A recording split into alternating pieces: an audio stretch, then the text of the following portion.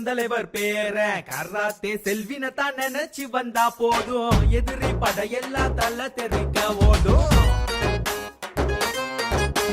கல்விக்கு உயிரே கருணைக்கு உருவா காமராஜர் பெயரை சொல்லும் போதே